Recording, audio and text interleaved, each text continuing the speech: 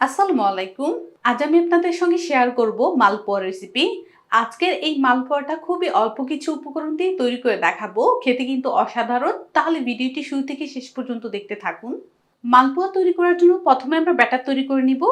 এখানে আমি 1 কাপ পরিমাণ প্যাকেটের আটা নিয়েছি। আপনারা চাইলে কিন্তু আটার জায়গায় ময়দাটাও ইউজ করতে পারবেন। সাথে দিয়ে দিব 1 টেবিল চামচ পরিমাণ চিনি, 1/4 চা চামচ পরিমাণ দিয়ে দিচ্ছি এলাচের গুঁড়া, আর এখানে 1/2 চা চামচ পরিমাণ দিয়ে দিচ্ছি মুড়ি। মালপোয়ার মধ্যে অবশ্যই মুড়িটা দেওয়ার চেষ্টা করবেন, তাহলে কিন্তু মালপোয়ার যে ফ্লেভারটা এটা দারুণ আসে। আর দিয়ে দিচ্ছি সাথে 1/4 কাপ সুজি। সব উপকরণ আমি মিশিয়ে নিচ্ছি। নিলাম। এখানে আমি 1 কাপ পরিমাণ গরুর দুধ নিয়েছি, আর এই দুধটা অল্প অল্প করে দিব, আর মালপোয়ার জন্য ব্যাটারটা রেডি করে নিব।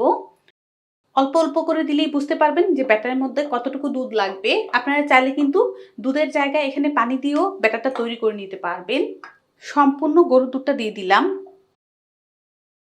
এখন আমি এই হ্যান্ড উইচটা দিয়ে এভাবে করে মিশিয়ে নিব। আর ব্যাটারটা করার সময় অবশ্যই খেয়াল রাখবেন ব্যাটারের মধ্যে যেন গুটি দানা না থাকে। হ্যান্ড উইচটা দিয়ে এভাবে আমি মিশিয়ে নিচ্ছি। এটাকে মিশিয়ে নিয়েছি। আর এই যে ব্যাটারটা, এখন যেটা করতে হবে, এই ব্যাটারটাকে 15 মিনিটের জন্য একটা ঢাকনা দিয়ে ঢেকে রেস্টে রেখে দিব। মালপোয়া শিরা তৈরি করার জন্য চুলার মধ্যে আমি একটা কড়াই বসিয়ে দিলাম, আর এখানে 1 কাপ পরিমাণ চিনি দিয়ে দিচ্ছি। সাথে আমি 1/2 কাপ পরিমাণ পানি দিয়ে দিব। 1 কাপ চিনির জন্য কিন্তু 1/2 কাপ পানি লাগবে। চিনিটা গলে পানিটা বলক আসা পর্যন্ত অপেক্ষা করব। চিনিটা গলে পানিটা বলক চলে এসেছে। এখন আমি এখানে অল্প করে কিছু জাফরান দিয়ে দিচ্ছি, তাহলে কিন্তু মালপোয়ার মধ্যে সুন্দর একটা ফ্লেভার আসবে। আমি অল্প পরিমাণ দিয়ে দিচ্ছি, আপনাদের হাতের কাছে না থাকলে এটা স্কিপ করে নিলে হবে। সাথে দিয়ে দিচ্ছি 1/4 চা চামচ পরিমাণ গোলাপ জল। স্প্যাচুলা দিয়ে সবকিছু মিশিয়ে নিচ্ছি। মালপোয়ার জন্য কিন্তু শিরাটা এখনো আমাদের হয় নাই। আমি এটাকে আরো কিছুক্ষণ জাল করে নিব। এই শিরাটাকে আমি জাল করে নিয়েছি। আর মালপোয়ার জন্য শিরাটা রেডি হয়েছে কিনা আমি দেখব এখন। অল্প করে শিরা স্প্যাচুলার মধ্যে নিয়ে নিলাম, তারপর একটা আঙুলের মধ্যে এইভাবে লাগিয়ে নিচ্ছি। আর এই যে দেখুন, শিরাটা কিন্তু আমাদের আঠালো আঠালো হয়ে গিয়েছে। মালপোয়ার জন্য ঠিক এমন একটা আঠালো আঠালো শিরা লাগবে। শিরাটা কিন্তু বেশি ভারী করতে যাবেন না, তাহলে কিন্তু মালপোয়াগুলো সুন্দর করে ভিজবে না। তো এখন আমি শিরাটাকে চুলা থেকে নামিয়ে নিব। ঢাকনা দিয়ে ঢেকে 15 মিনিট রেস্টে রেখে দিয়েছিলাম। ঢাকনাটা উঠিয়ে নিলাম। আর এই 15 মিনিটের মধ্যে দেখুন সুজিটা কিন্তু অনেকটাই স্যুপ করে নিয়েছে যে গরুর দুধটা দিয়েছিলাম। ব্যাটারটাও মোটামুটি অনেকটাই ভারী হয়ে গিয়েছে। মালপোয়ার জন্য কিন্তু এই ব্যাটারটা অনেক ভারী। তো এটা দিয়ে কিন্তু মালপোয়াটা সুন্দর হবে না। তার জন্য যেটা করতে হবে, আমি এখানে আরও 2 টেবিল চামচ পরিমাণ পানি দিয়ে দিচ্ছি। আপনারা চাইলে কিন্তু পানির জায়গায় এখানে গরুর দুধটাও দিতে পারেন। পানিটা দেওয়ার পর আমি ভালো করে মিশিয়ে নিব। ব্যাটারের সাথে পানিটাকে আমি মিশিয়ে নিলাম। আর এই যে ব্যাটারটা আমাদের দেখুন কেমন স্মুথভাবে পড়তেছে। ঠিক এমন একটা ব্যাটার লাগবে। আর ব্যাটারটা যদি পারফেক্ট হয় তাহলে কিন্তু মালপোয়াগুলো পারফেক্ট হবে। পিঠাগুলো ভাজার জন্য চুলার মধ্যে আমি একটা ফ্রাই প্যান বসিয়ে তেল দিয়েছি গরম হওয়ার জন্য। আর এখন আমি চেক করে দেখব তেলটা গরম হয়েছে কিনা। অল্প করে ব্যাটার দিয়ে দেখছি। তেলটা কিন্তু আমাদের মালপোয়া ভাজার জন্য পারফেক্ট গরম হয়ে গিয়েছে।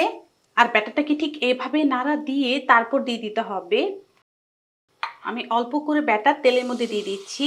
আচ্ছা, মালপোয়াগুলো ছোট বড় এটা কিন্তু আপনাদের পছন্দ অনুযায়ী বানিয়ে নিতে পারবেন। চুলার আঁচটা কিন্তু আমরা মিডিয়ামে রেখেছি। একটা যখন কিছুটা তেলের উপর ভেসে উঠবে আমি আরেকটি দিয়ে দিচ্ছি। বড় প্যানের মধ্যে নিলে কি হয়, একসাথে কিন্তু অনেকগুলো ভাজা যায়। এটাকে আমি উল্টিয়ে দিব। আরেকটা দিয়ে দিই। উল্টিয়ে পাল্টিয়ে আমি এগুলোকে কিছুক্ষণ ভেজে নিচ্ছি। কিছুক্ষণ ভেজে নিলাম। আর এই যে এই দুইটা কিন্তু আমি প্রথমেই দিয়েছি, এই দুইটার কিন্তু কালার চলে এসেছে। আর মাশাআল্লাহ মোটামুটি অনেকটা কিন্তু ফুলে উঠেছে। তেল থেকে উঠিয়ে নিচ্ছি, যেটা প্রথমে দিয়েছিলাম এই যে উঠিয়ে নিলাম। আর সরাসরি এই গরম মালপোয়াটাই দিয়ে দিব শিরার মধ্যে। গরম অবস্থায় আমি শিরার মধ্যে দিয়ে দিলাম। আর স্প্যাচুলাটা দিয়ে শিরার মধ্যে এভাবে ডুবিয়ে দিব, যেন শিরাটা সুন্দর করে স্যুপ করে নেয়। উল্টিয়ে পাল্টিয়ে এগুলোকে আমি আরও কিছুক্ষণ ভেজে নিয়েছি। আর এগুলো কিন্তু আমাদের ভাজা হয়ে গিয়েছে। এখন এগুলোকে উঠিয়ে নিব।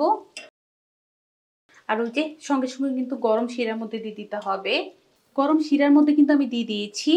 আর এই শিরার মধ্যে কিন্তু 2-3 মিনিট রাখলেই হবে, তার চেয়ে বেশি রাখতে হবে না। এটাও কিন্তু আমাদের ভাজা হয়ে গিয়েছে। আর এটাকে উঠিয়ে নিব। আর এটাকেও আমি শিরার মধ্যে দিয়ে দিয়েছি। স্প্যাচুলাটা দিয়ে শিরার মধ্যে এইভাবে ডুবিয়ে দিব। যেহেতু আমরা এটা শিরার মধ্যে প্রথমেই দিয়ে দিয়েছি, এটা মোটামুটি শিরাটাকে ভালো করে স্যুপ করে নিয়েছে। দেখুন তো এটাকে আমি উঠিয়ে নিব। পরেরগুলো আমি সেম প্রসেসে ভেজে নিচ্ছি। সবগুলো মালপোয়া বানিয়ে রেডি করে নিয়েছি আর শিরা থেকে উঠিয়ে নিলাম। দেখার সৌন্দর্যের জন্য উপরে কিছু পেস্তা বাদামের গুঁড়া দিয়ে দিচ্ছি। আশা করছি রেসিপিটি ভালো লেগেছে। ভালো লাগলে অবশ্যই একটা লাইক দিবেন। সবাই ভালো থাকবেন, সুস্থ থাকবেন। আমার জন্য দোয়া করবেন। আল্লাহ হাফেজ।